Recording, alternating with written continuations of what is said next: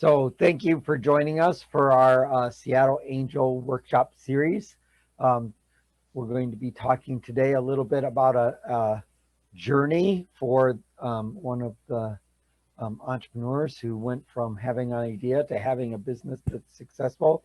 Christina is going to tell us about that journey, but it helps to have her be able to understand where the audience is at. And so I would like to go around and do a little bit of introduction.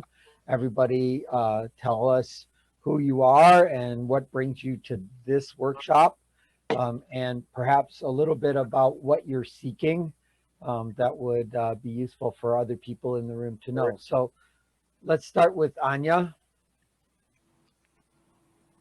I'm Anya. I'm the founder of and CEO of Twofold Spaces, and we make multifunctional furniture that actually makes the open office and working from home work.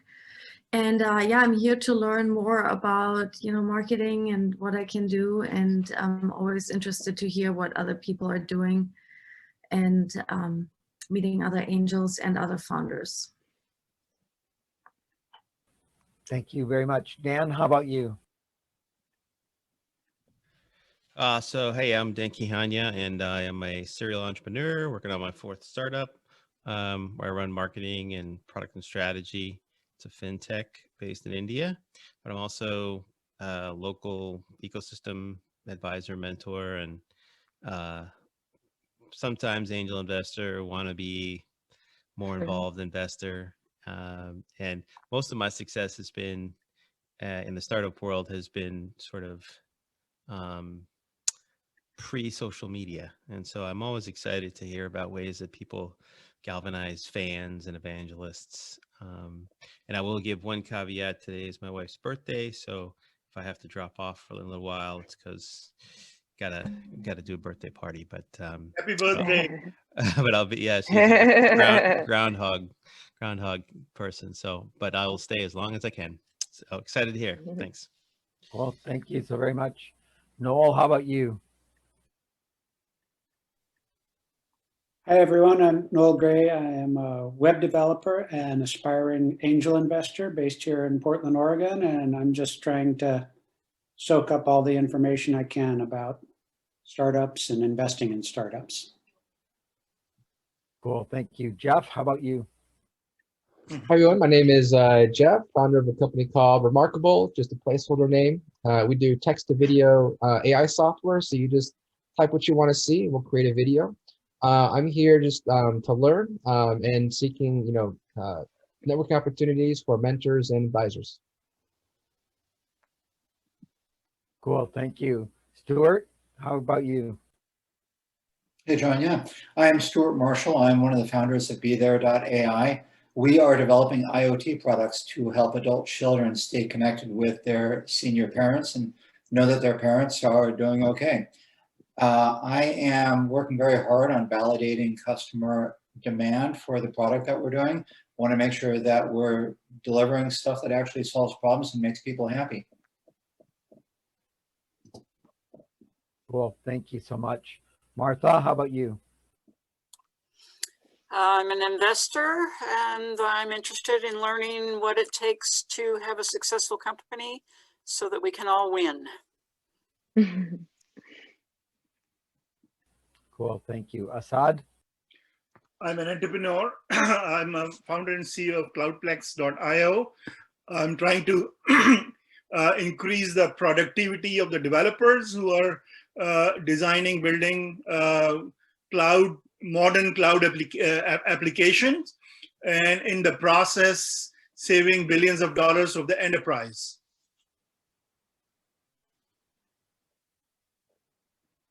You dropped off for me at the end, but I'll move on. Alexandru, how about you? Hi, I'm Alex. I am a software engineer, and what brings me to this group is, I guess, exposure to different ideas. I want to see how investing is done. It's my first time when I would be investing. So yeah, it's mostly learning, the reason why I'm here. Cool, thank you. Kate, how about you? Hi, I'm Kate Fuller-Bufferi. I'm the fund manager for SAC 19, and this will be my fourth time involved in SAC as an investor. I'm here if anybody has questions about getting involved with our conference. I'll go ahead and put my email in the chat since I'll have to dash a little early today, but please feel welcome to reach out. Would love to get you involved. Cool. Thank you so much. Rami, how about you? Hi, I'm Remy. I'm an engineer at Microsoft. I'm participating as an angel investor with the Seattle Angel Conference this year. Cool. Jan? Hi, I'm Yang Huang. I'm the founder of Turtle AIP. Like Stuart, we are helping seniors and senior families to improve their communication and also help senior to live independently at home. I'm very interested in Christina's topic. In my old days, I worked on social media before, but that's pre-Twitter, pre-Facebook. So really excited to see how things have evolved and how we can tap into that, and maybe get some presence on the social media and get some customers this way. Cool. Paul, how about you?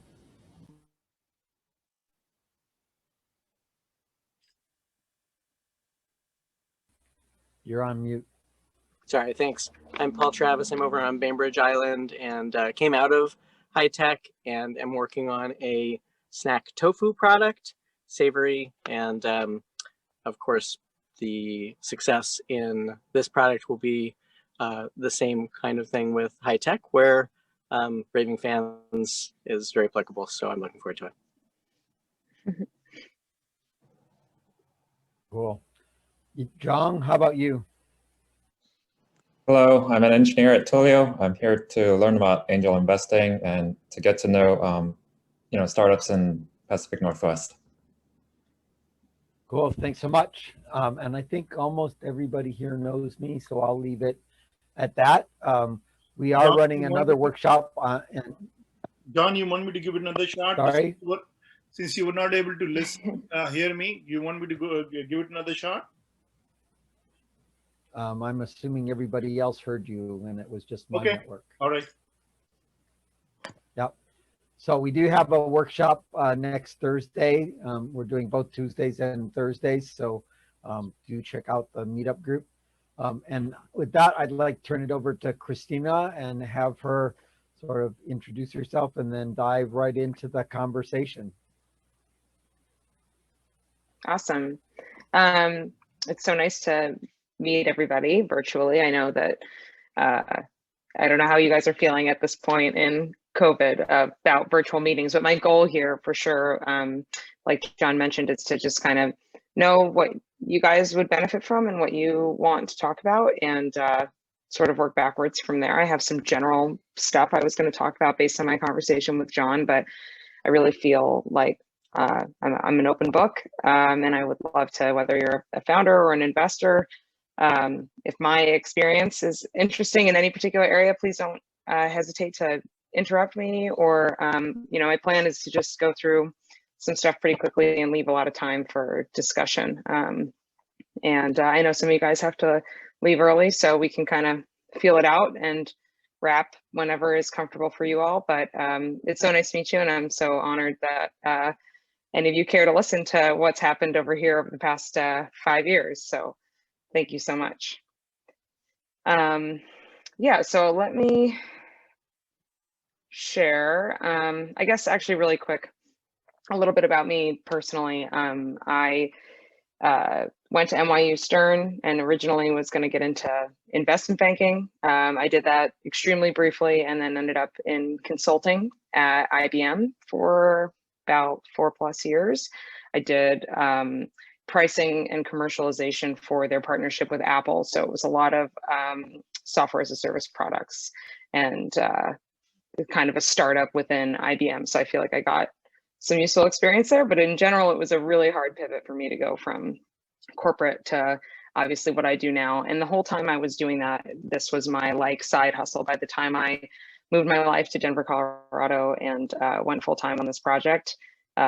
Basically, everyone in my life thought I was crazy, and I had really gotten myself to like a fork in the road where I felt that I had to make a decision one way or the other. So I definitely straddled both realities for a long time. I don't know if any of the founders on the call are doing that. I know the decision to go full time is really tough. And then, yeah, investors, I kind of skipped friends and family. I'll tell you guys about that.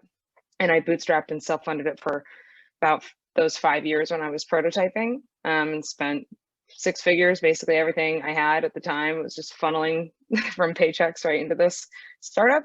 And once I got to the point of having to write a big enough check to open up the tool for what is now Levo, that's when I started raising outside capital. So I hope that helps give just like a little bit of context. My education's in finance. I don't use a lot of my degree or my previous work experience, and I just kind of like figured it out. So I hope that that's context for everybody.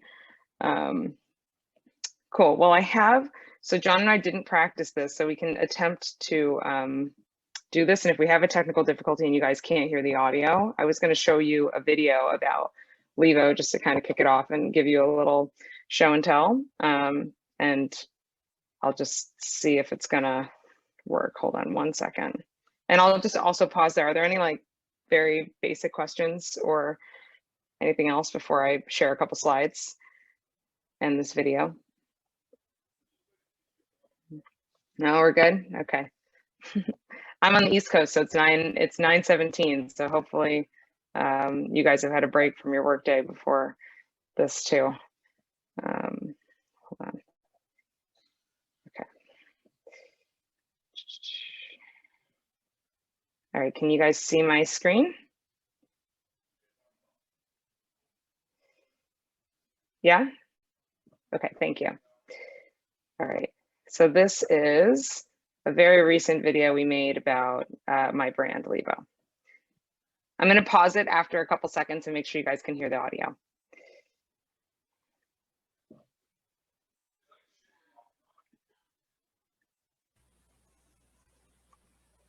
No?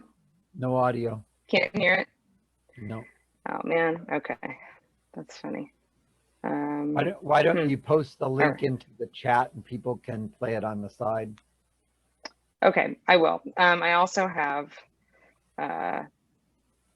really quick, in the chat, how do I get it back?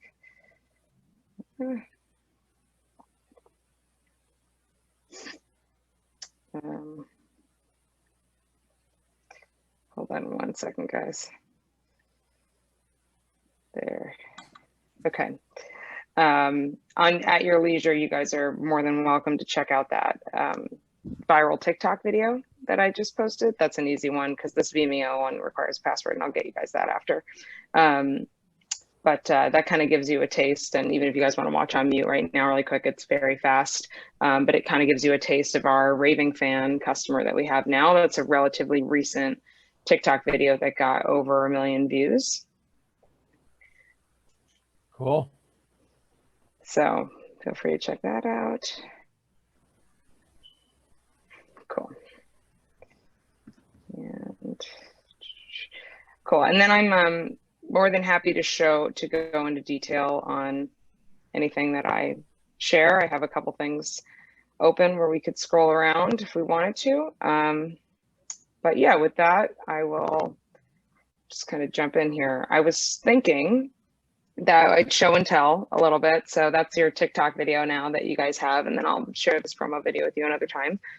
And then kind of talk a little bit about where we are today as a brand, and why I think we are there. And I think it's these Raving Fans. We call them enthusiasts that have enthusiasm for infusing oils. And I'll talk about how I got there, like how it all started. I'm curious, for those of you who are investors on the call, if you like looking in the rearview mirror, if you would have invested in me at the time. And I'm always wondering for myself, what have I learned about being an investor from this experience, and how would I be, someone that investors want to invest in, and what things would I look for based on my own progress if I were on the other side of the table. And then just a little bit about where I'm heading, to the extent that that's kind of like my journey as a founder has been, I think, really important to me, and I think fuels my passion for what I do and might be interesting for investors. And then I'd love to just leave most of the time for us to discuss and for me to field some questions for you guys, because I don't want to talk at you with any information that's not super interesting to you. Cool. Is there anything screaming? You sent a link. Sorry to interrupt. You sent a link. Is that the video? Or at least That's a video. That's a TikTok video.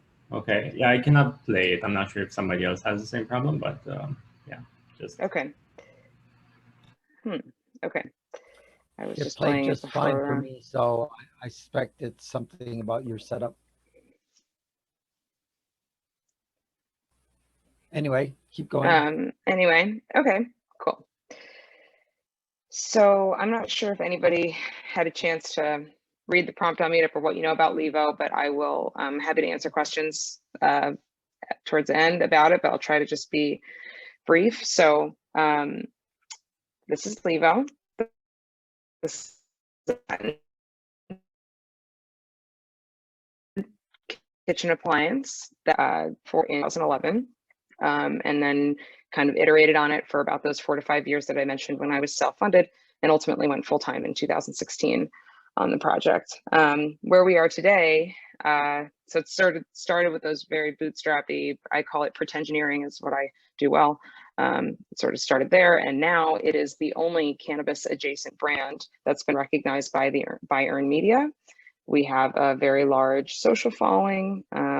We've got a 6-figure email list. We have a private club called the Levo Love Club, where these raving fans all exist and share knowledge with each other. So we're kind of seeing the flywheel of user-generated content start kicking up. And yeah, we're able to address a number of different use cases with the machine, and that's what helps us kind of market to cannabis more directly. And yeah, so how long did it take from you between having the idea and having your first customer, and then how far is it from your first customer to today? Sure. Yeah, I'll show you that. No, if you've got it already in there, you can do it later. Okay, no problem. Yeah, I'll get to it in just a sec. So yeah, we've kind of reached this point where, it was a recent epiphany that the only other cannabis brand, the only other ancillary cannabis brand in the cannabis industry, there's plant touching things and there's ancillary things. That's typically how people talk about it. And it was sort of a recent realization on my part that the only other brand that you could really remotely compare is a $2 billion company in terms of just how Levo ranks organically. So that was kind of cool. This is some of the Earned Media. I'll talk a lot about how important this was and some of the mainstream retail that we've achieved. This is a glimpse of our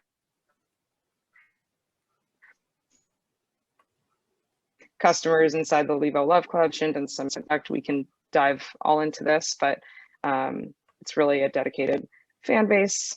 I'll come back to how it began, I guess, and let me just give you this framework here to paint a picture of what I think were the most critical time of the business, the first like 18 months or so.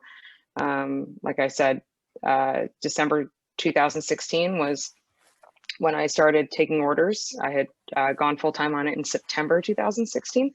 And we did one teed up press hit that landed on Design Milk, which landed on Uncrate, which fulfilled 1,000 pre-orders.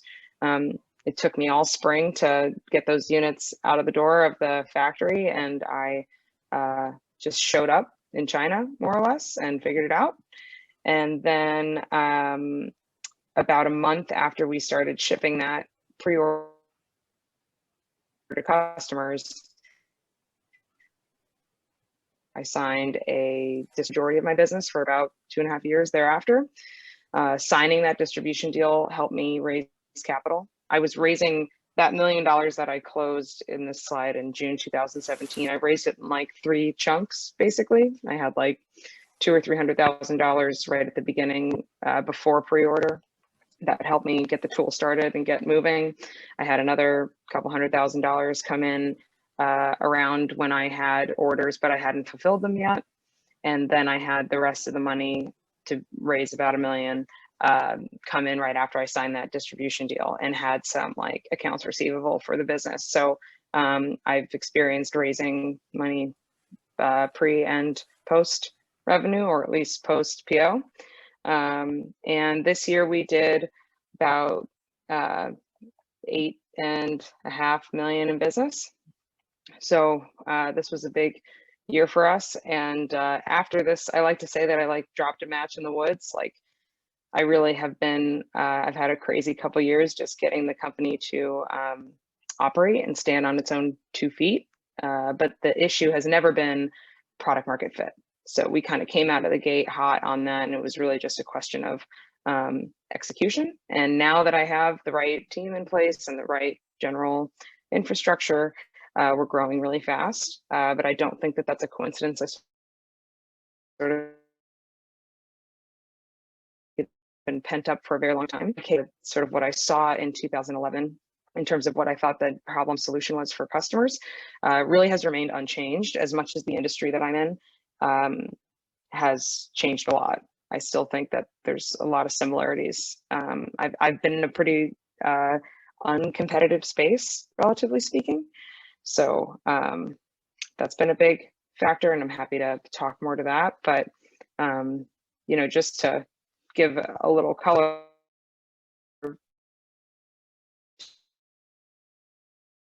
like these are 2 slides from Rick. So this is when I had pre-orders or was starting a pre-order campaign, and I had some very basic testimonials just off the idea at the pre-order time, and I had no people. I did hire 2 employees before I had taken outside capital off my own. I self-funded that for about 2 months. It was a very short period of time, but when I started raising money, it was really just me. So I kind of look back on that sometimes and wonder if what other investors would think at this point. So yeah, I guess I'll pause there. John, are there any other major questions you think are holes in my story before we dive into any other specifics? Well, I heard 2 funding rounds, right? There was a order round and a post order round. Did I hear that right? Yeah. So well, it was I'm all not one seeing on your round. graph. I was. It was a set Sorry. of tranches. Okay. Okay. Yes. And how big was a tranche? 300K each? About 200 to 300K each. Yeah. But I wasn't organized in that way. And you got the and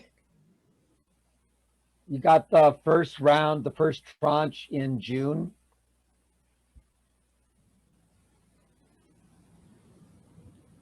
That's when I raised $1 million. So I had gotten 3 checks by then. It took me between here and here to raise $1 million. Yeah. Well, that's an awfully impressive sprint. Most people don't succeed at that sprint. And most people don't hit their first million by within a year either, right? So all of those things fired on all cylinders and had a little push behind them too. So thank you. Yeah, it was crazy.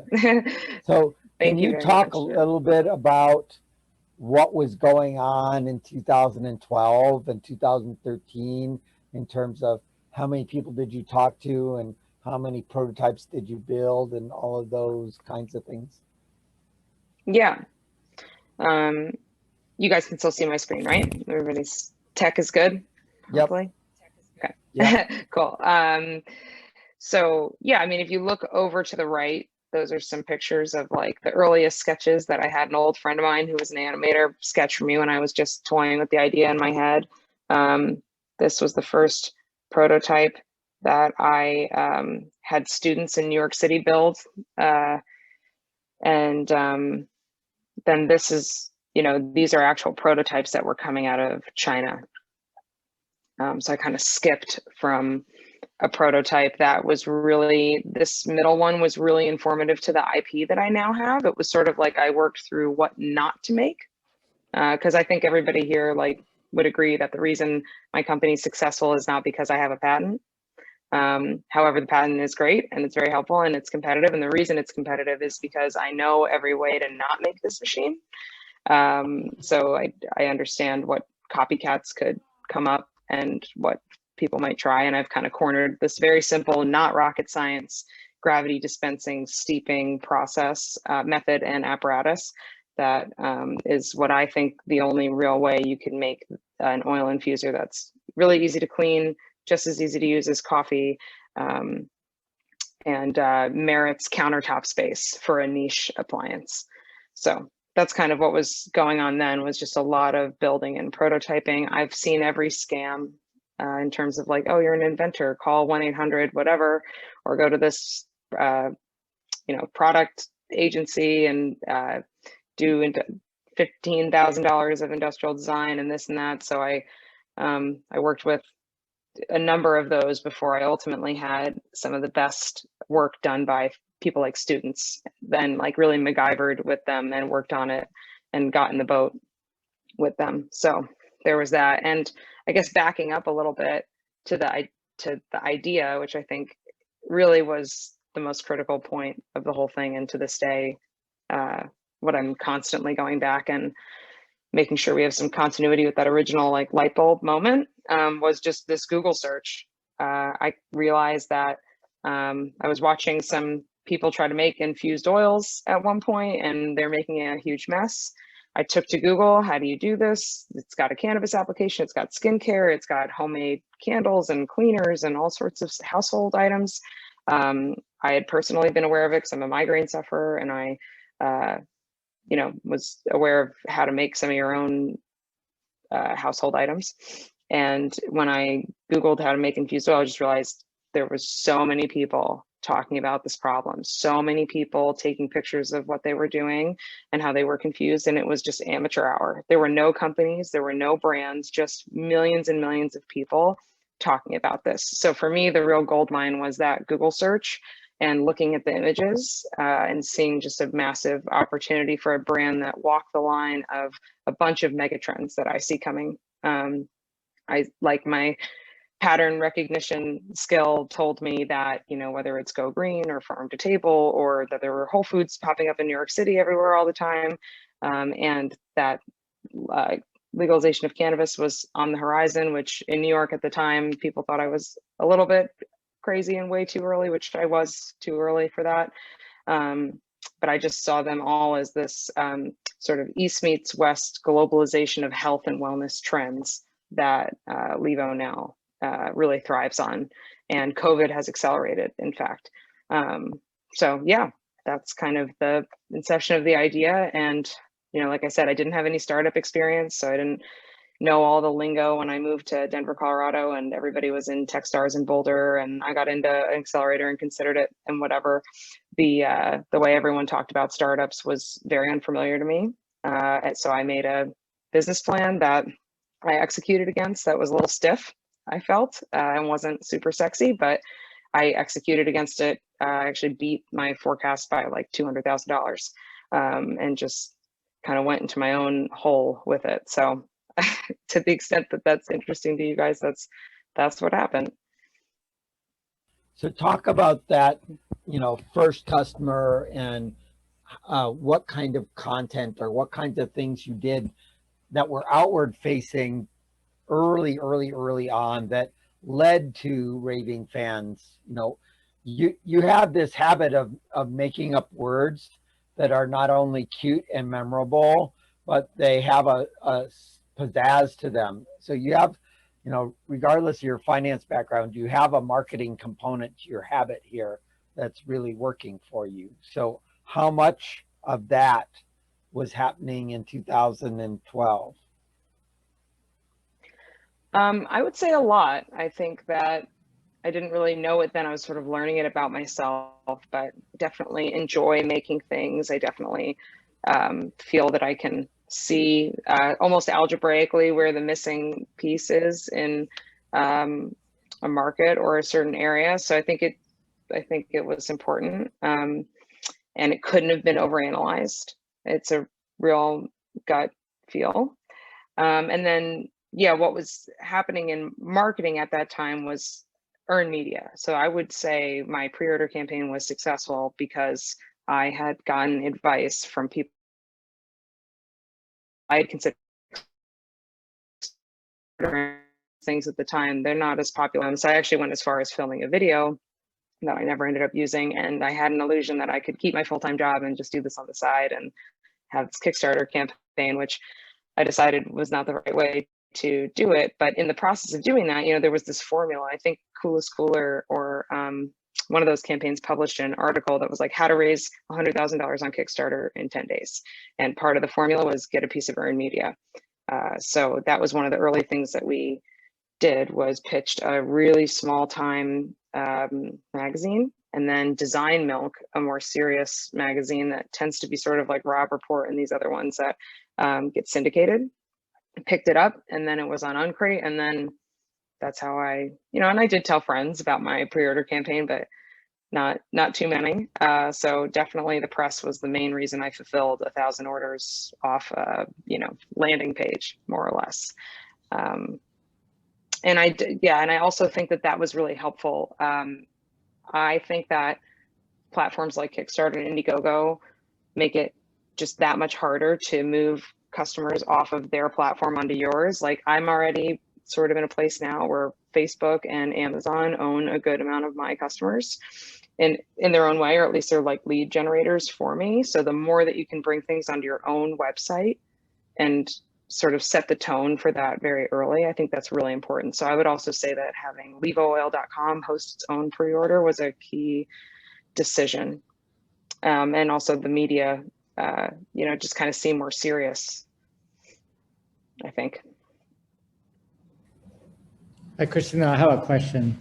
If you do this again, like at this time, would you do the same approach, or would you actually just using the existing social media or existing Kickstarter platform?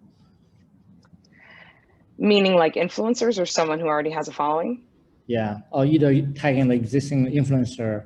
I know like the PR press at that time seemed to be working. I don't know if it's still as effective as now, right? Yeah, I definitely think that there's a heightened sensitivity to pre-order. I think that it's harder to do now than it was 5 or 6 years ago. I think there's just been too many failed campaigns and consumers don't trust it that much. So I do think that, influencers have been a really key part of what we've done, but in my space, it's very niche. So in the beginning, those grassroots efforts were really small. So it was like, micro influencers, but it still helped for sure. And I sent out quite a few free units to folks. And Instagram was the most helpful platform for that, but I didn't hire, someone to do that or use one of those bigger platforms like ShareSale or anything like that until much later. It was really grassroots in the beginning. And the way I got the business going was that distribution deal. So I was able to kind of like nurse the grassroots stuff, but not rely on it as a direct to consumer sale engine while my volume was being sold by this distributor and getting it in stores, which is a capital constrained decision to make. If I could go back, I would have been on D2C way earlier, but I think a lot of my story is specific to a first time entrepreneur's journey. The options that you have in front of you are much worse. The options I'd get presented to me today, obviously it's all better deals, better resources and things like that, because I've established some credibility and have some momentum, but at the time it would have been hard to do it different. And if you're a founder on your first startup, I feel your pain and understand what you're going through. But yeah, I think I would do it in a more leveraged way now, but I don't think I could have then. I think I sort of did what I had to do, and I've thought about it a lot. I think I would have just, the main thing I would change about the past is making decisions faster. If something's failing, pulling out of it a lot faster. So for example, that distribution deal, I wish I had started working on my website and direct to consumer things much earlier, but it's working now. So I'm glad. It just was a painful transition at one point in the business. So I could have I could have staggered that nicer if I had a crystal ball, but it was a little bit dramatic. Yeah, thank you. Basically, it sounds like you think the sort of the distribution deal is actually in a way it's a distraction, or do you think that helped you raise money, right? But it didn't really help on the sale. Okay. I would say it helped me raise money and it helped me get volume out there. Like there's nothing, I know that we live in a virtual world now, and even 5 years ago, direct to consumer brands weren't quite the same, but I would say that the depth of the brand and people's early exposure to it was benefited by having quite a few of the early adopters buy it in person, see it in person, which were at mom and pop stores. In the very beginning, I had like, you know, Aha Life, fab.com at the time, I think was still there. Some smaller boutique dropship partners that had live events and stuff to support us. Yeah, but I'd say the distribution deal was certainly not the best margins, and certainly hard to pull away from. But in my case, good, because it got the units out there in person. I just don't think I would have needed to do it as long. Yeah. Can you talk about when you hired your first employee and the staffing pathway? You know, so if you think of where you're at here, you're in year 10, and in year 10 you have 8 million in revenue, and your team is executing in a way that you're very happy with. That's what I heard you say. And so can you walk through going from the one person, you know, carrying all of the pieces in your backpack and showing it to people directly, to when you got to your first hire, and then when you got to the point where you delegated things to other people and stopped thinking about them? Yeah, I would say the delegation aspect is newer. It's been inside of the last 18 months for me, more like the last 12 months for me. So it took a while. So I'm fairly new to it. Yeah, in the very beginning, I had my first 2 employees within a month of me quitting my full-time job.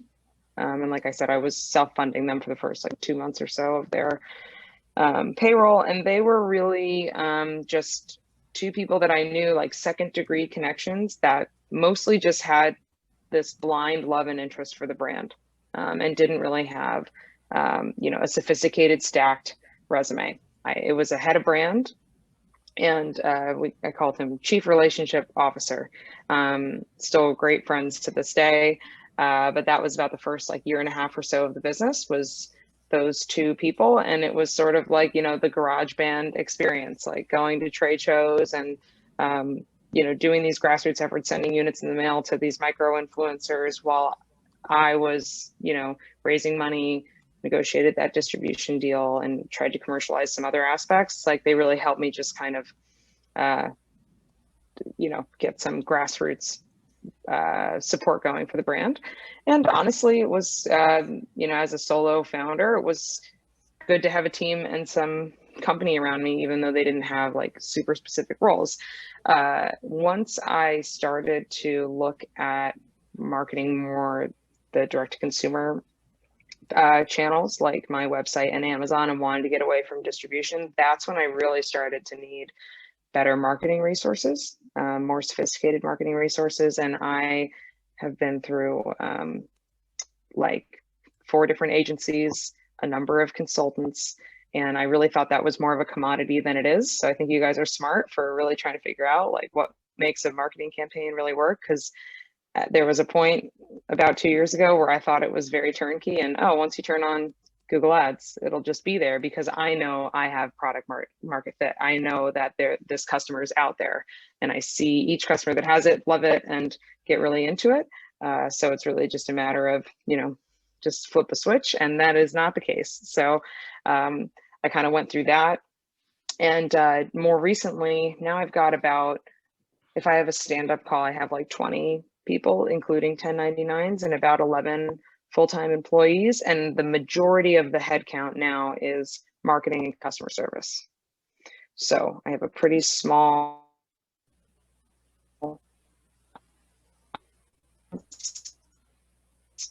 team. really small product myself and one other junior level engineer. And then I've gone through a lot of 1099. So I think we're going to stabilize here where the organization leans more towards marketing and customer service. Yeah, and so Rami asks a question about what you think about direct to customer as a channel. Do you think that's the only way to go, or do you think there's other channels that people should be paying attention to as well?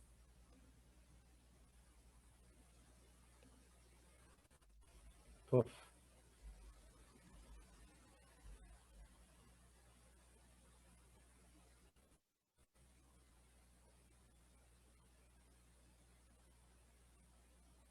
Seem to have lost Christina. Do you guys have questions you want to talk about and put into the chat? So if and when she gets back here, we can ask her. I'll ask when she gets back for sure. But I would definitely like to dive more into those early days of the actual community and the fans, and how did that parallel with the progress of the business, and when did she have I don't know if she has a community that's bigger than her owners, the owners, or because it seems like there's some of the burying of the lead there, maybe. Yeah, I think maybe so.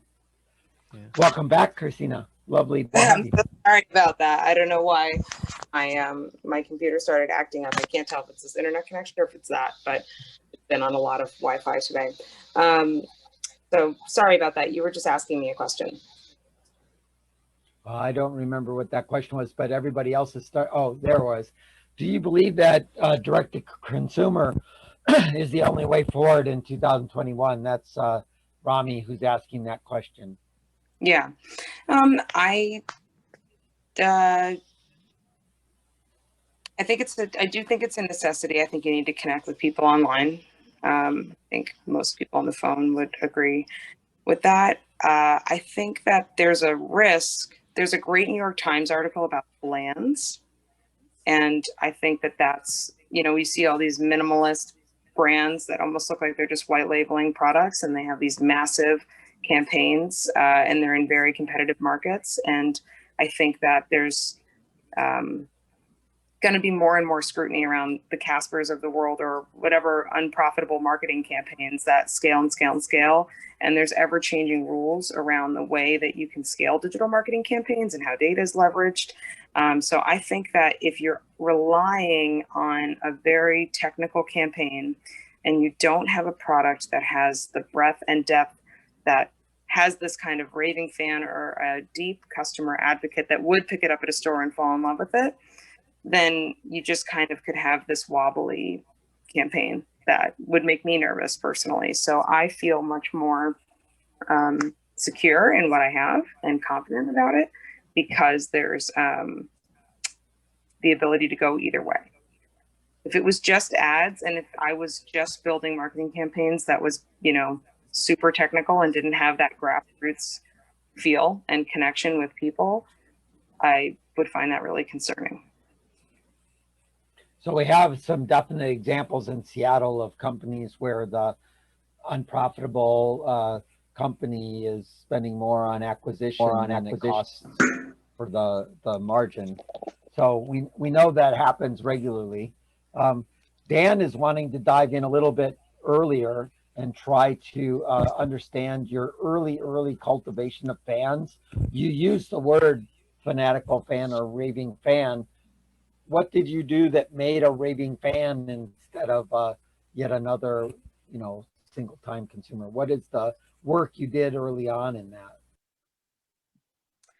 that? Before I quit my job at IBM, I pretended that I was the founder of Levo before I really was. And I went to in-person events and talked about it and felt people's reaction. I would say that that was a turning point for me, where it wasn't just based off data and concepts and market sizing exercises and, fancy customer persona slides, like the stuff I was seeing at IBM. That was when I personally was really convinced on it. And in future endeavors, that is what I will do. I will have some level of gut feel and connection with people's reaction to it when they talk about it. I think that Levo is benefited from the variety of use cases and the intersection of several different trends. It's not just relying on one. And I also think that if I could back into the really unstoppable trends, like for example, globalization and the impact of Eastern medicine coming west, like that's a tidal wave, and I don't think it's going anywhere. So I think the fact that I'm part of something like that, better than, at the time when I was getting started, there was a lot of talk about like how venture capital funds would only invest in, markets of a certain size. I think that there's more to be said for giant trends that you can't necessarily size with numbers, but you just know are unstoppable at some level like that, if you tie into something like that. So a lot of people are sort of interested in the mechanics of the prototype. Did you go and sort of feel these folks out with the prototype in your back pocket? Or did you have a little piece of paper that you showed them? Or what was it in the early days when you were going from that first sketch to the 11th prototype? How did you use them and what did you do? And specifically, Elizabeth is interested in how you found or what you did for contract manufacturing and finalizing the prototype and that whole hardware journey. Sure.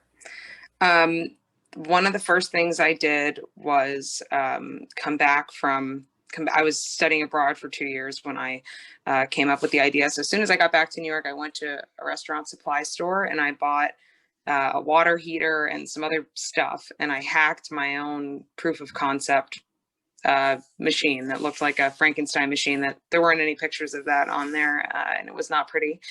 But I did that myself first, and I didn't really show that to many people, but I showed it to the engineers that I hired. Like first I did this agency that had done some Shark Tank projects and some other things. I very quickly burned 10 grand on fire, which at the time was a lot for me and it scared me a bit about the process, but I could just tell that after their initial discovery phase, I was like, this doesn't move the needle from what I already just did myself. And I was left feeling pretty frustrated.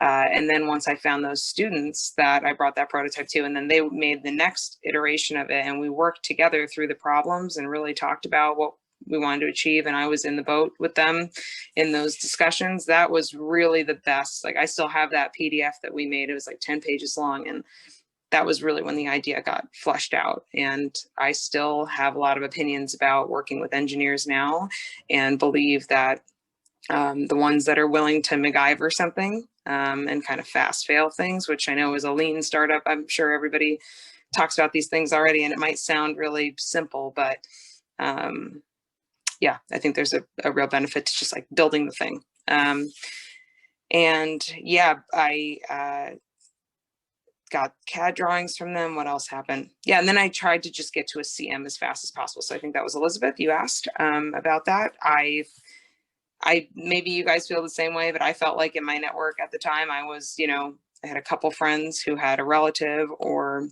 another friend who did business in China or worked in manufacturing.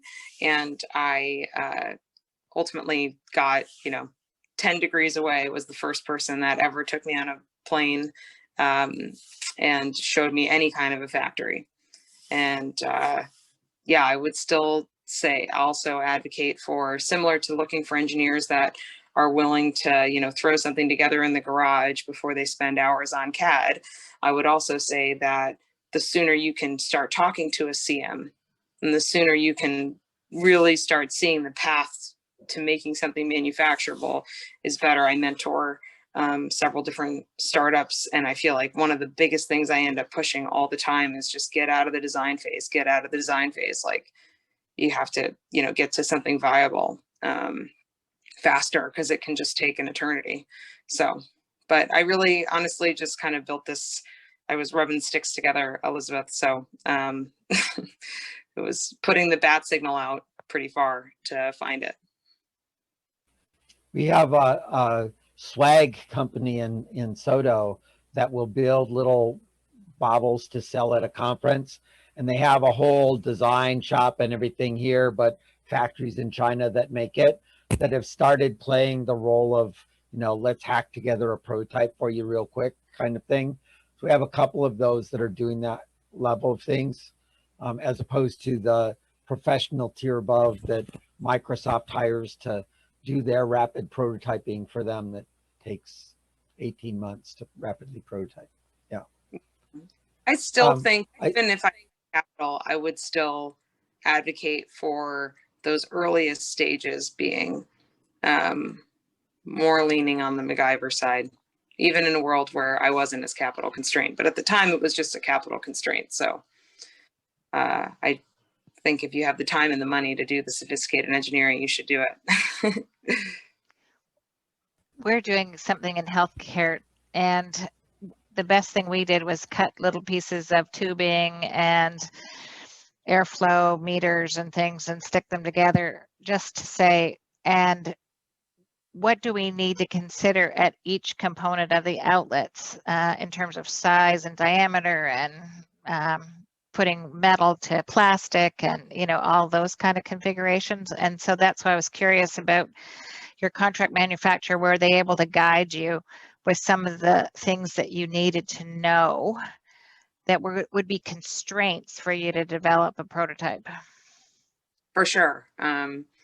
I always just asked why, and at the time I was coming from a place of, you're not giving me the answer that I want, so you have to explain why you can't build it that way or why it doesn't work like that. And I think I learned most of it through that process. So. Sounds great. What a great discovery. And thank you for sharing that. Oh, yeah, of course. So Lucas, does your video work?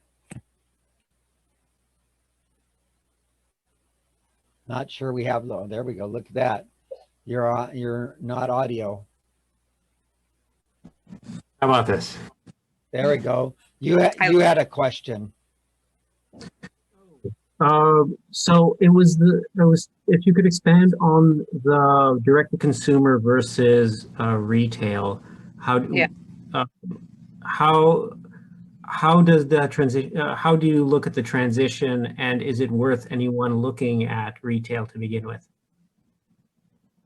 Yeah, I definitely think it is. I think that nothing replaces an in-person interaction with the product, and seeing is believing. And I think there's a big risk in only focusing on D2C and not doing them in some kind of combination, because if it's a shallow brand and a shallow offering, it's not going to have the same impact, I think. So yeah, I definitely think there's a value. I think I was definitely benefited from a lot of my early adopters buying the unit in person. Yeah. And then I think right now, while we're not, spending a lot on partnerships with major retailers, because you know that that's hard to finance, and a whole different challenge, we did do, story at Macy's, and we just had an engagement with Nordstrom that sold out in 3 weeks. So just like kind of slowly developing those relationships instead of risking all the capital of the business on one thing. We're getting too concentrated. That's kind of what happened to me with distribution. Felt at one point my customer concentration was just not good, not in a healthy place. Thank you. Can you explain that a little bit more for those people that don't understand channels? Sure. Yeah, if you work with a distributor or you do any of these wholesale channels, and it is the majority of your volume, and you have not started investing into direct to consumer in 2021, I would say the sooner the better, even if it's just starting slow. But I do think that getting that distribution deal was a practical necessity in my case as a first-time entrepreneur. I think it was the thing that helped me raise money and helped me get the business started. But I think you could probably invest in D2C a lot sooner. And right now, too, we also do a lot of business on Amazon, but kind of like I mentioned, Amazon owns all your customers. That's a similar type of customer concentration as doing all of your business through one distributor. So, just be mindful. And the logical conclusion to that is they change the algorithm at Amazon, and then you lose 80% of your customers, and then you're dead in 4 months.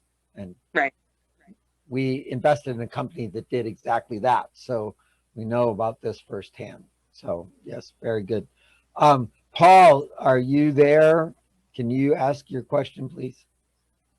Yeah, I just wanted to, you had mentioned very briefly that you had decided to avoid family and friends investment. So I was just curious about that. But I very much appreciate your focus on, building the customer constituency and loyalty.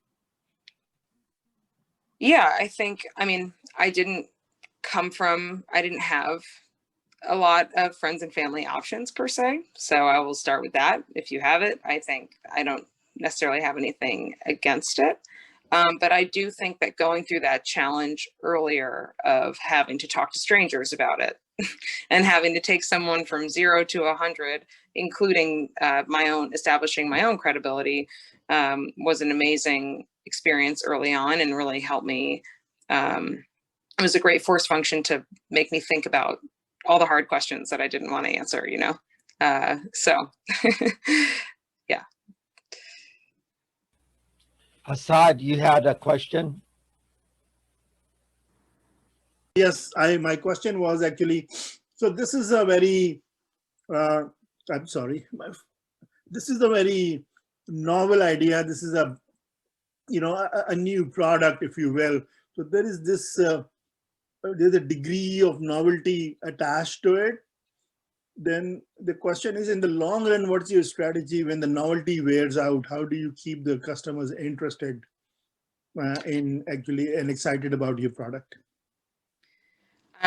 It's, trying to put a positive spin on this analogy, but I think of the kitchen appliance Levo as the Trojan horse for a lot of other things that can develop under the brand. So it's sort of similar to Peloton. Get something that has a very wide variety of use cases and touches someone at the intersection of a number of trends, at the intersection of a number of habits at home that already exist that I'm not having to create, right? I tried to tap into DIY applications and things people were already doing at home, but there was just white space because there were no companies and brands there. So I think that will help me grow in the future. People are interested in Levo. Coca-Cola famously, their marketing campaigns are all be happy. Like, it's more about lifestyle and deeper trends and deeper interests than it is about just, this invention solves X problem. So I think that's why it's important. It's niche, but it's part of like the tidal wave concept. So following up on that, Elizabeth, your question next. I had another question actually, which was, do you think this trend to more holistic nurturing yourself has got stronger? Do you think COVID has actually helped your market your product more effectively? Yeah, I think COVID accelerates the cultural trends and changes that benefit Levo for sure. Don't think that they were again. I don't believe that I think that they're past the point of return. So yes, I think that this accelerated people's awareness of their health in a more holistic way than just treating symptoms afterwards, like more preventative thinking about your health. The world also suffered with it together. And I think that globalization of health and wellness trends isn't going anywhere. So yes, in a long story long, yes, I do think it helped, but I also, think that it was happening anyway. Right. I agree with you on that. The question that John was asking me to pick up out of the chat, which sort of seems to follow through with this, which is, where do you think you're going to go next with your product? Is there going to be some segue, expansion, companion, or something to what you're doing now? Or are you going to go into a different product line? And how will you make the decision? Less about, you can tell us if there's an exciting product launch that's coming next, but more, how will you make the decision which direction to go next? Yeah, that's a great question. And I think for everyone who, you guys are all close to entrepreneurs in your life, I think it's a really deep and personal question because it impacts your life so Totally. much. What you decide to do there at this point. So there's quite a bit of that involved for me, and where is my highest value, best use of time, and things like that. So that definitely comes into play.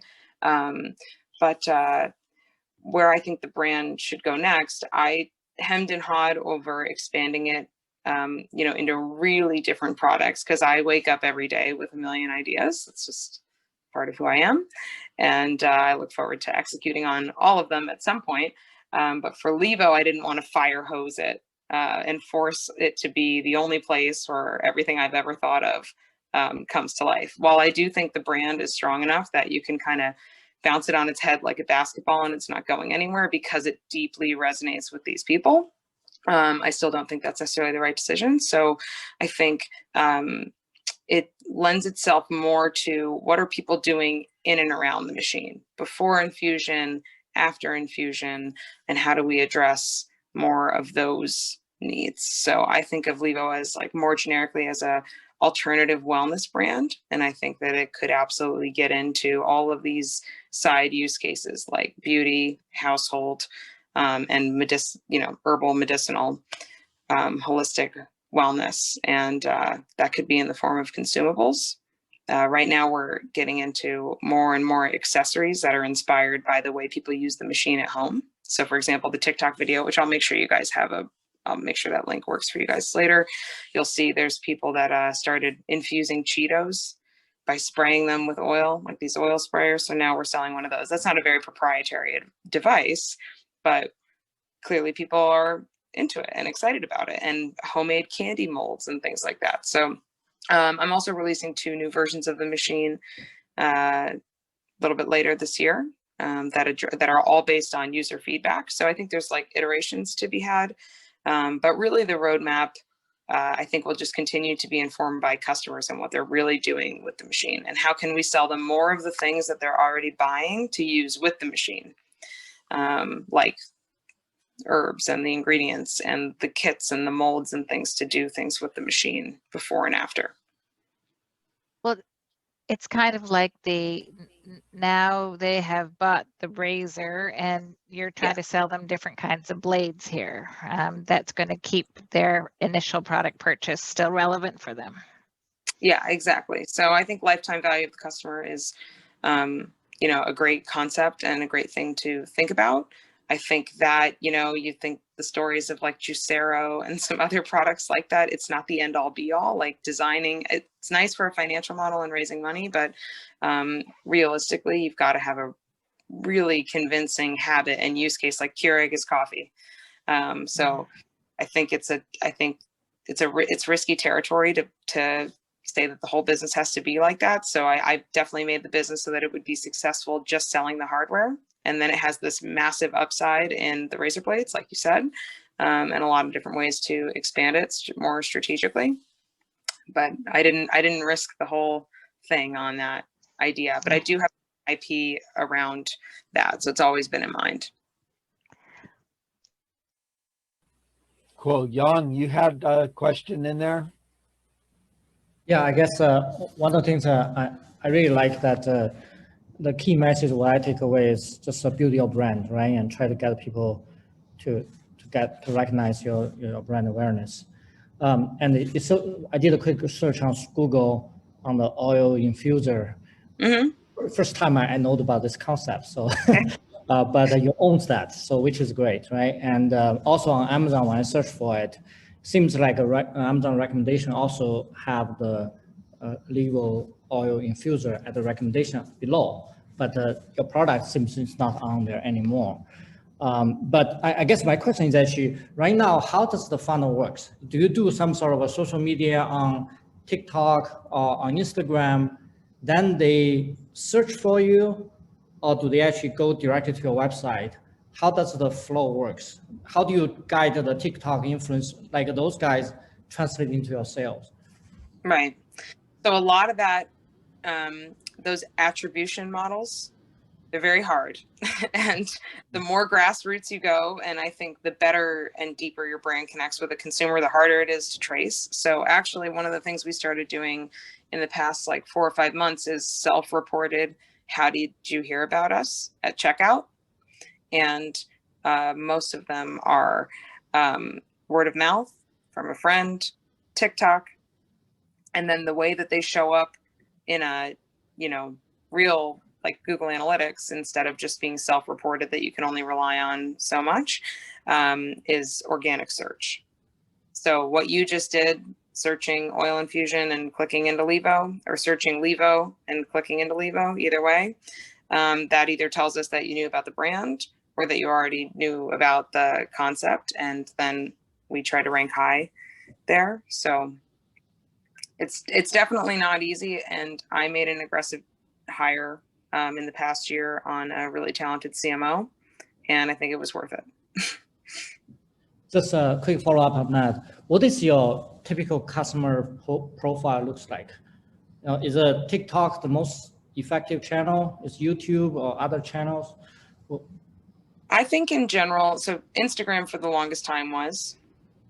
Facebook ads are just starting to become optimized for us. We're pretty early on that the paid version of Facebook and Instagram. TikTok is great. It honestly just happened for us totally organically.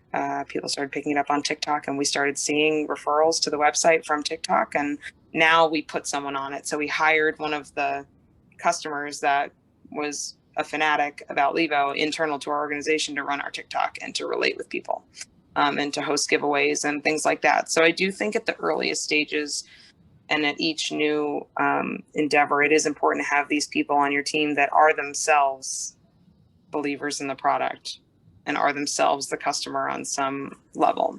And I think, to me, whether it's TikTok or I'm kind of a grandma, so Twitch or any of these other new platforms, I always think Levo should be on the cutting edge. I think the type of consumer that we have, that is a DIY oriented, early adopting, research, high education product buying person, will be early on those. I think that's like why we're big on TikTok, for example. So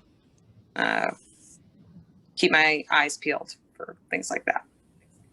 We're big on Reddit. Well, yeah, do you have your own subreddit?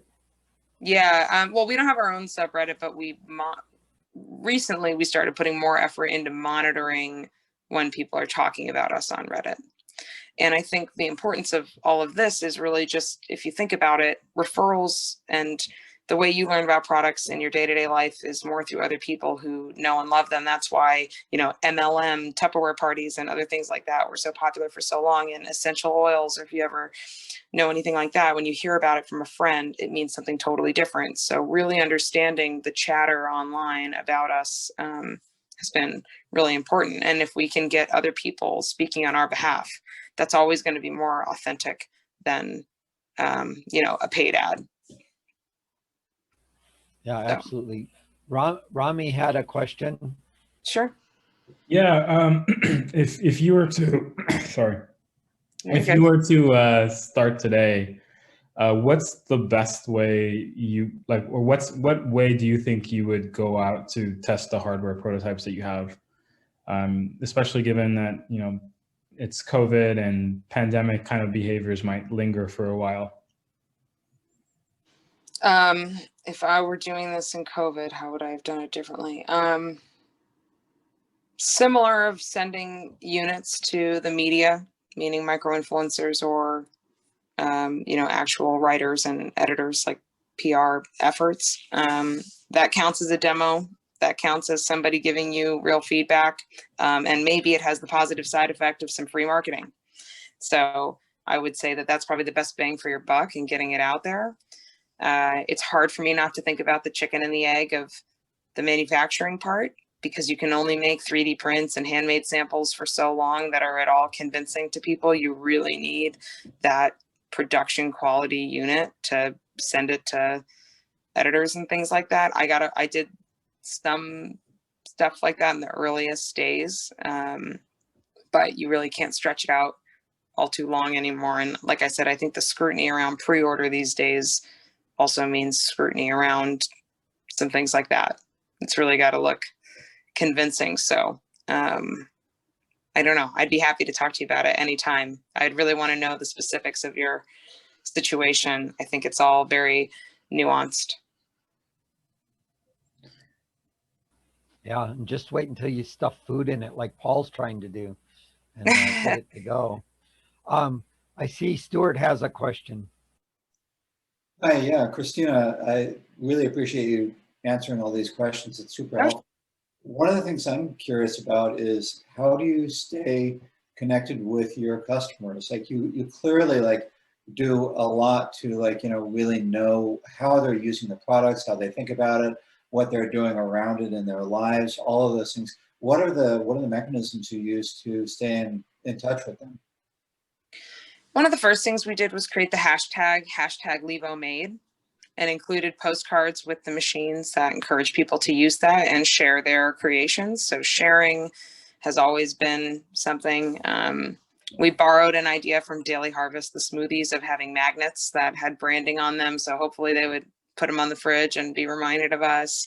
Yeah, the hashtag and then the Levo Love Club. I would say those are the major things, because not everybody that posts you to social tags it, so you might not know. But the Levo Love Club, the private Facebook groups that you have to be a customer to join, is really where you get this like amazing customer to customer dialogue where other customers are helping each other and they're really sharing more details of how they use the machine and what their experience is like for them. So I feel like that's where I get the closest pulse, for sure. So that's specifically like those groups on Facebook? Yeah, Facebook groups, they've done a lot to develop that product. Even recently, there's more and more tools for managing groups. I think this is, you know, to Elizabeth's earlier question, another thing that I think COVID changed a lot is people's need for community online. And there's limited places to get that. So if you look at a, you know, Peloton and how the community aspect is really important, that's something that we've really focused on. You know, Levo, people that are using Levo either have a hobby that they're very enthusiastic about, or they have, you know, a general interest in wellness that is obviously an endless topic of conversation. And in the case that they're like me as a migraine sufferer, so I should mention that like my predisposition to the community aspect came from being a migraine sufferer and having my neurologist tell me at a very young age that one of the best ways I could learn about migraines was going on these online forums and seeing where other people draw pictures of aura or talk about their symptoms because they're so mysterious. So that really exposed me to how, like, when it comes to wellness, a lot of people, you know, share in that way and seek a community, especially if you have, you know, things that are, you know, you're trying to address more preventatively, like inflammatory diseases and things like that.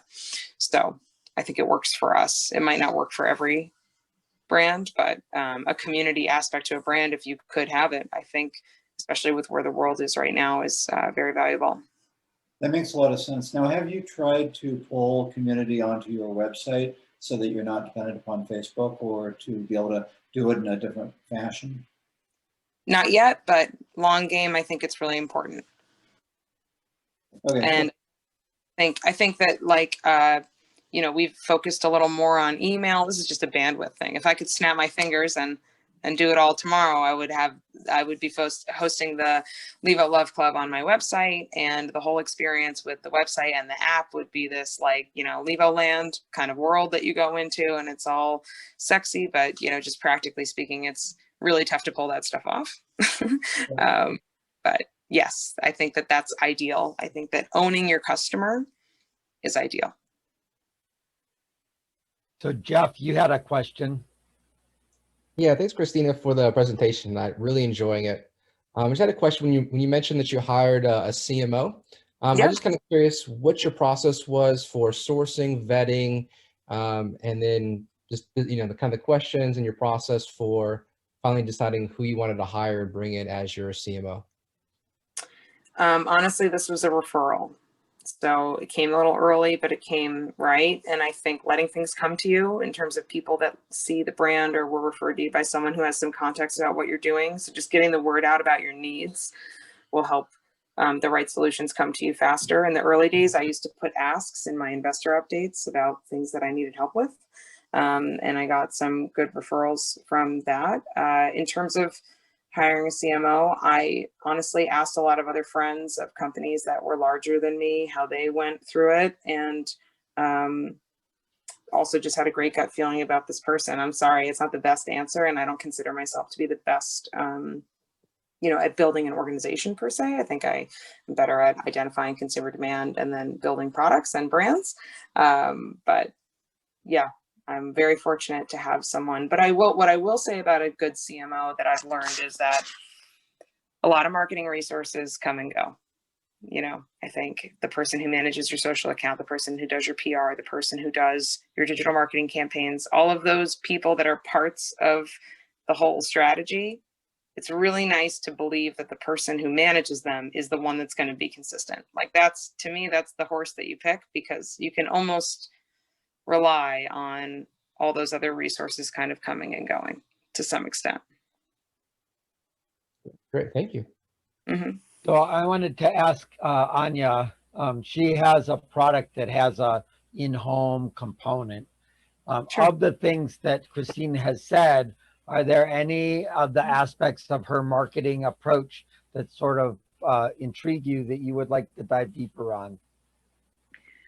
There's a lot for me to digest. I thought a lot about going to the crowd, similar to what Christina described, and Mm-hmm. I've dabbled a little bit in Instagram and Facebook ads, and I don't have very much money to spend on it right now, so a lot of what she has said resonates.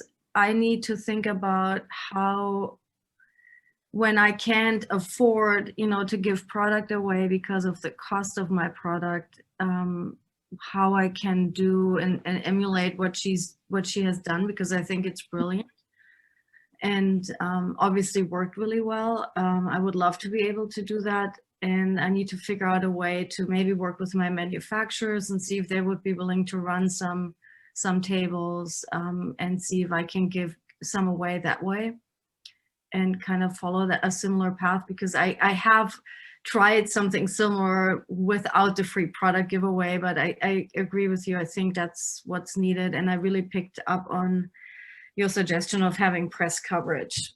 I think that's something I should try to get and see if maybe I can drive traffic to my site that way, similar to what early on. The common thread is someone else doing the talking for you, right? Mm-hmm. Yeah. Because this has just been my experience, but a lot of what you say as the founder or the inventor or the person behind it, especially if it's your first time and you haven't had a success under your belt, establishing credibility and not having everything you say be thrown out for your bias is really hard. Yes. So anyone who's willing to advocate, whether it's a customer or an editor or another investor, is always a helpful way to think about it. So it's like, what's the cheapest way to get someone else to start doing the selling for you? I picked up on that. I'm like, brilliant. Yeah. No, it's not easy. And I'm happy to talk anytime. Thank you. Yeah, I would love to ping you offline.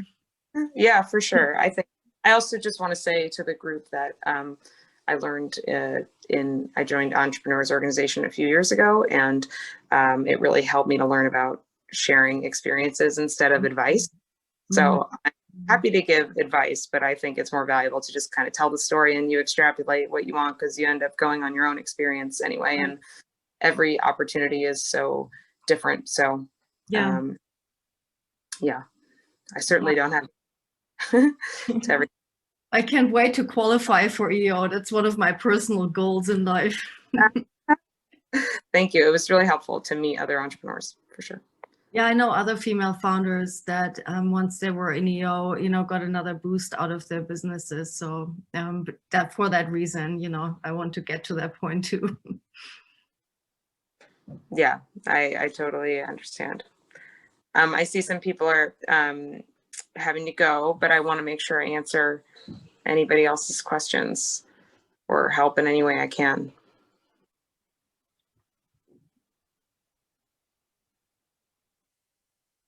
So, just to be clear, you do have the crazy entrepreneur gene, and so that not listening to all the people about leaving your safe job and all of the good things you were doing with your career and all of the craziness of moving around and all of that, and it's refreshing to see how far you were able to get with that. But you were also relatively lucky in some of the time spans, right? You get yourself in a tight corner with your customer mix or with your prototype stuff, and then people stepped up and saved you in various ways. Do you have any stories about where, you know, you missed the tree and you saw the tree coming and you missed the tree and didn't hit it because, you know, somebody did the right thing at the right time for you? Yeah, like just kind of kismet opportunities, you mean, that were, yeah, I think there's two types of, I studied philosophy, so I have to share. There's two types of chance. One is luck and the other is good fortune. So I think in terms of sheer luck, not too much of it. You know, I think I put in my agenda when I was sharing my screen before, like, there's a lot of will. And I think an inspirational thing for me sometimes when I was getting started was looking at some like as seen on TV products and the shelf at a Walgreens and thinking to myself, there is someone who just refuses to not have that in the world behind that because it's, you know, some product that doesn't really seem to have this like really deep pain point with people. And it's like more of an impulse buy. Some of those really showed me that someone just has to be determined. So even things that were very fortunate, like when the distributor walked past my booth and said, we're interested, or, you know, when I met the factory that is now an amazing partner to my business and I have an amazing relationship with through, you know, some distinct connections, I still was constantly putting myself in a situation where I would meet those my needs and what I needed help with all the time. So there wasn't really a lot that just fell into your lap. And I say that in a positive way because I think that, you know, I think anybody can do anything with the right amount of will. Yeah, but it sounds like in that will, you not only had will, but you communicated where this world is going to be. We have lots of willful entrepreneurs, but not all of them can communicate. And so can you talk a little bit about how you went about sharing with your network and building your network so that people stepped up? Yeah, I mean, I think maybe you guys are getting a taste of it tonight and talking to me, but I've always tried to speak mostly about those bigger trends, what's happening beyond, well beyond my idea and well beyond the brand that supports what I'm doing, that are these unstoppable things. I think that is an easier way to talk about it and then kind of work down to your idea. The world does not, the axis does not spin on, as much as it can feel that way as a founder and you wish everybody would stop everything they're doing and listen to what you have to say. Especially before you're successful.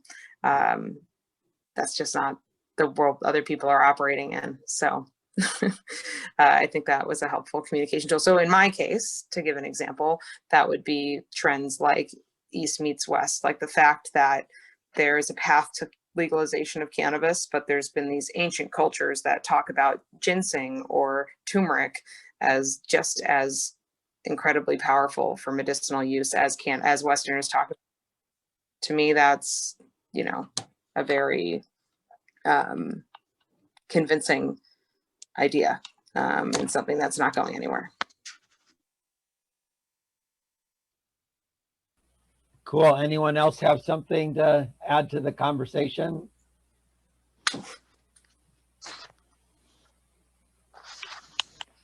Sounds like we've tapped the audience's interest at this point. This was really great, Christina. I have to say that the number of times we get to watch somebody go through the entrepreneur arc, and you maintained a significant control over the company's equity and the process in a way that really is an important lesson to see and watch that you did that. The possibility of doing what you did is important. So I really appreciate you coming and joining us.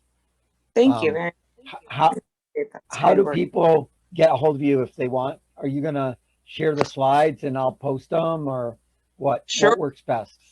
I will, I'm putting my email in the chat right now. And as you guys can tell, I'm very casual. I've become more casual and more unemployable as this has gone on. I'm trying to hit send here, but anyway, my email is chrissy@levooil.com. You're more than welcome to email me anytime. And I have some other IP and some fun new products and projects in the works, as well as we talked about delegation earlier. Levo's kind of getting its own 2 feet as of recently. So I'm very much in a space to talk about new things, to talk about Levo.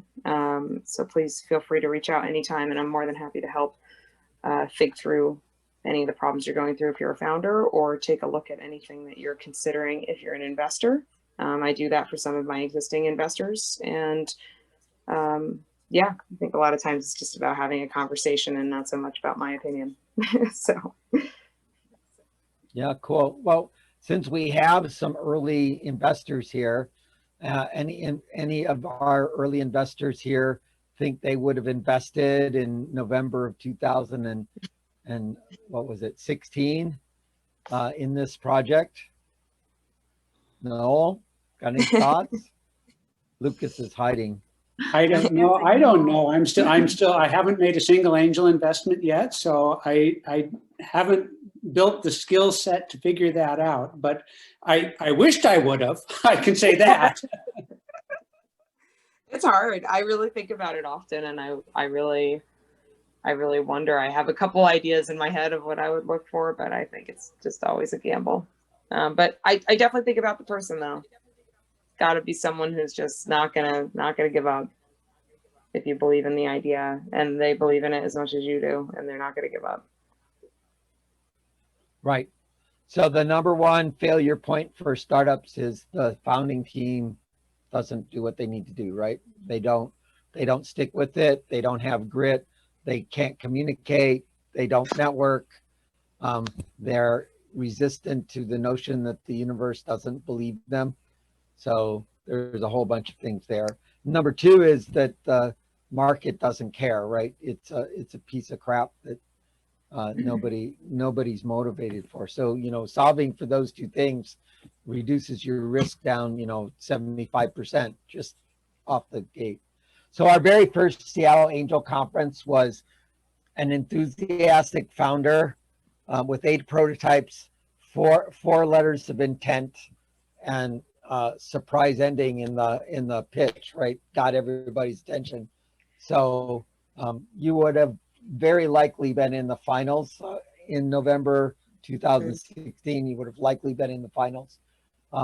Whether you would have gotten into the winner's circle would have been a crapshoot, but you would have done fine.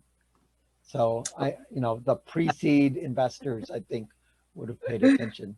Although we see in the Angel Conference, there's a distinct group of people that are like, I don't do drugs, right? If it has anything that has something that's like drugs, I don't want to deal with it. Whether it's building software for people that do drugs or whatever, there's this like, I'm not here, right? And so it doesn't go very well with group investors when you have that as a subsegment of your investors.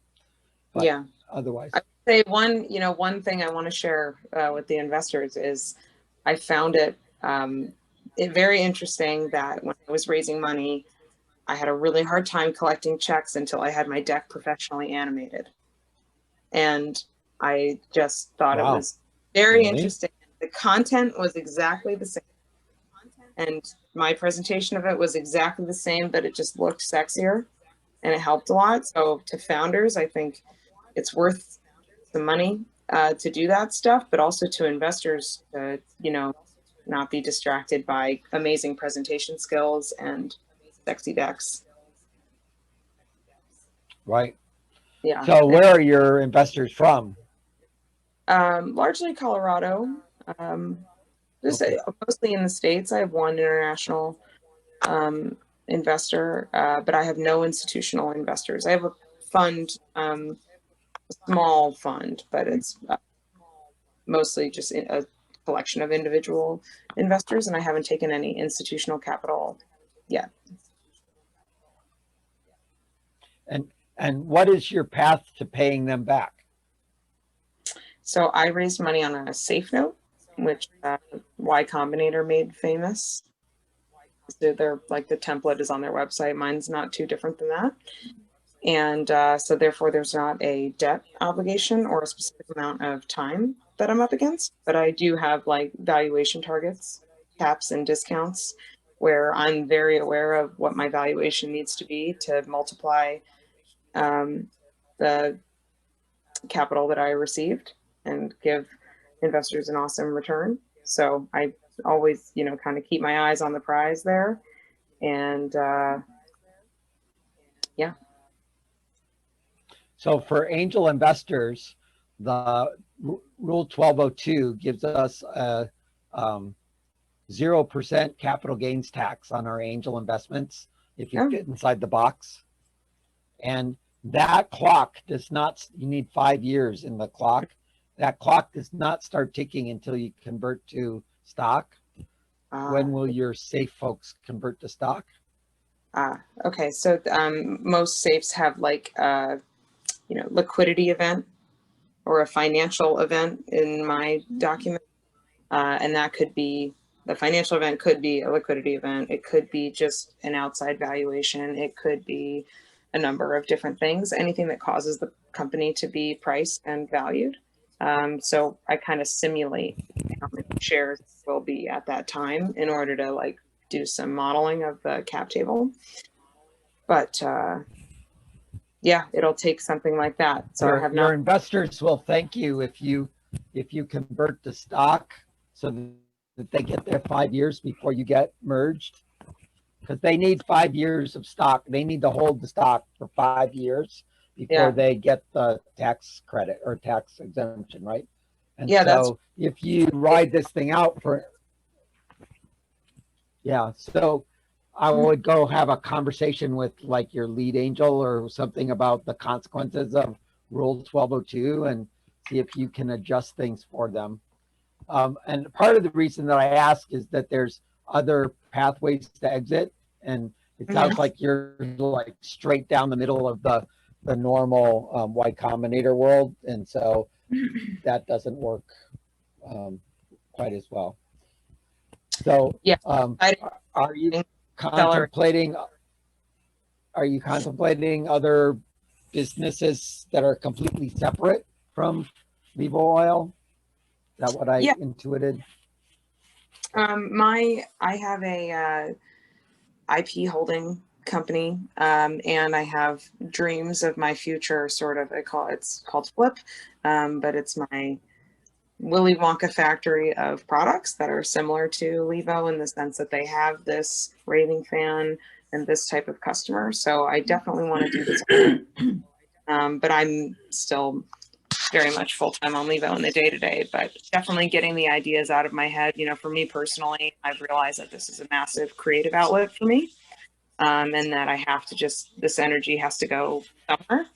So I can't stop, even for my personal happiness. This is something that I need to do, and I need to get these ideas out of my head or I can't really sleep. So that's just me, but yeah. But I'm still very involved at Levo, and I think more and more as the company grows and trying to just establish continuity back to that original vision so that we never get pulled by any particular marketing campaign or any particular, you know, digital marketing trend or the next TikTok or whatever off of our true north. So I always try to get out of the weeds, and that's, you know, speaking to other founders and even other investors, you You know, I think I was a one-woman circus for a really long time, and they say like a Swiss Army knife is not a good nail clipper, not a good knife, not a good, you know, you can't be everything to everyone. So that's been a really valuable lesson for me as well. Yeah. So, you know, on one hand, you have to be crazy enough to try it. On the other hand, you have to be grounded enough to do it. And the middle ground is not so wide. And so from an investor point of view, you need to be noticing how Christina is straddling in between those two pieces, both in terms of what she talks about her vision, but at the other side that it's grounded.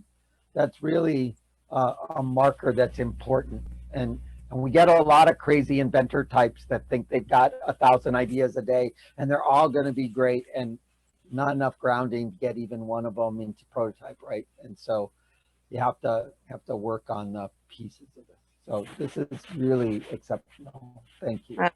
Yeah, so, I think that it's important that it's feasible, right? Like my head works, like I can't really get that excited about, and I can get excited for maybe one conversation about an idea that seems really far-fetched. Where I personally start to light up is when it's also feasible. When I'm like, oh, you could, you know, tool it in this way, and the cost structure could be like this, and you have this much room for digital marketing, with XYZ trends that I understand, and I can see this customer. Like that whole combination is what really rounds out idea and a concept. And any single one, like you could have the coolest product in the world that, you know, saves lives and is the fountain of youth. But if it's too hard to manufacture or something like that, it could be the death of you. So. And what's interesting is that little brain calculator that does all of that math is reflexive for you now. And that's really important, right? You know, you look at an empty storefront and bang, bang, bang, 15 ideas run through your head and all the details pop in and you didn't have to work at it at all, right? Yeah, I guess that's true. It is or becoming. Are you only a product one? No, it's definitely, you're right. It is becoming, you know, you feel sometimes like you know too much, but it's really fun. You have to love what you do too. Absolutely. For sure. So the thing that I find interesting that I'm trying to convey to the investors here is that you have an understanding of the numbers, and you do that sort of as a habit in a way that is foundational, so that as you review your finances and you do your processes, all of that clicks for you. And we get lots of entrepreneurs that come in that don't do that, right? That don't review the numbers, that they're enamored of some corner, not enamored of the business. And that's a trait that we're seeking. Well, anyway, I can get off into pontification too. I really appreciate you staying up late for us. Oh, of course. Yeah, no problem. This is fun. And I guess to that end, you know, I try to imagine a world where you're not raising outside capital, because you have to think about it as like steroids, right? It's, nobody sets out to build a very highly capital intensive business that's never gonna be standing on its own 2 feet. So I think for me, I continue to try, sometimes to a fault, of being scrappy. It's a word I use a lot. But it's a nice rule of thumb to just think about, if you had to sell all your inventory to make your money, could you do it? How quickly can you be? Right, absolutely, absolutely. A very good habit. Have you tracked the zebra conversation out of Portland? No, I have not. Zebras fix what unicorns break is the article you might want to search for. They're talking about a different style of raising companies, but in any case, yeah, I agree. If you can raise a company up and get it on its own 2 feet with minimal engagement from outside forces, all the better.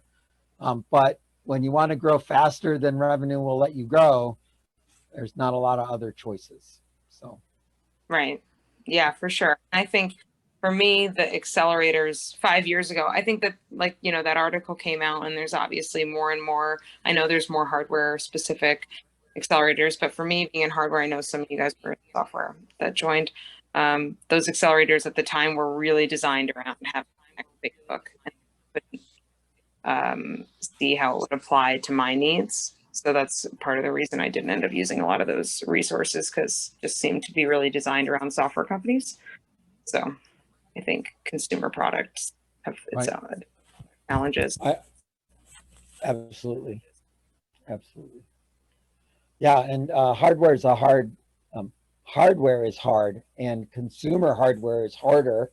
And so there's a lot to learn in that as well. For sure. And yeah. Is there anything you want to ask us about anything that these guys are doing? Because almost all of these folks are engaged in the Angel Conference at one level or another. Ooh, I mean, I'd love to get to know each of you, for sure. I feel like it's hard for me to ask a question to the whole group, but any of you that introduced yourselves or asked a question, you know, I feel like I could probably talk to all of you for hours about your experience in the entrepreneurial community and what you're seeing in the market. I'm always curious. So please stay in touch if you guys have any interest. I'm actively trying to grow my network and meet more people that enjoy this stuff. But I don't think I have a good succinct question, and I don't want to keep everybody too long. Have you thought about when you're going to be an angel investor? At my earliest convenience. I definitely think about my future financial strategy being not what I ever pictured as a corporate person. Definitely high risk money and money under the bed. And I'd like to put most of it to work. I also believe, you know, sort of a good juju supporting other companies. So as soon as I can, I would really love to get into that and sort of test some of my own theories and stay involved and stay young and in that mindset. I think I would just mostly enjoy the experience. And then, like I said, I want to invest in myself and my team to do more and more products as well one day. Sure. But, yeah, hey. absolutely. So just to be clear, the Angel Conference is a group of 40 people that take $5,500 checks from them to make a $200,000 fund that they then all have to argue about. So like Noel, who's never invested before, is now about to argue with 39 other people about why X is better than Y. And in the process, we'll know something he didn't know the other way, right? That's awesome that you compare notes. We do have someone from New York in this round. So if you want to be introduced to her, I'm glad to introduce you. Oh, for sure. Yeah. Okay, I'll do that. Thank you. Yeah, please let me know how I can help and support, and I'd love to get more involved, especially as the world turns back on here. Yeah, absolutely. Okay, I think that's probably a good place for us to pause. Thank you so very much for doing this, and thank you all for coming. We're doing another workshop on Thursday. We do open coffee every Tuesday morning, so make sure to share that with people. And again, our deadline is February 25th for the Angel Conference applications for companies that are coming in, like Anya has already joined in and is coming through the program. So you can learn about this process on any of those events. And if you have questions, send me a note. I did put my LinkedIn into the chat. So thanks very much. By the way, there's 3 little dots on the chat, so you can save the chat if you want. And I'll wait a little bit while you do that. I'll send you to the group, John. That'd be great. Thank you so very much. Thank you, Krishna. Thank you. Guys, good luck, everybody. Best of luck. Thank you. Thank you so much. Bye-bye. Thanks. Bye-bye.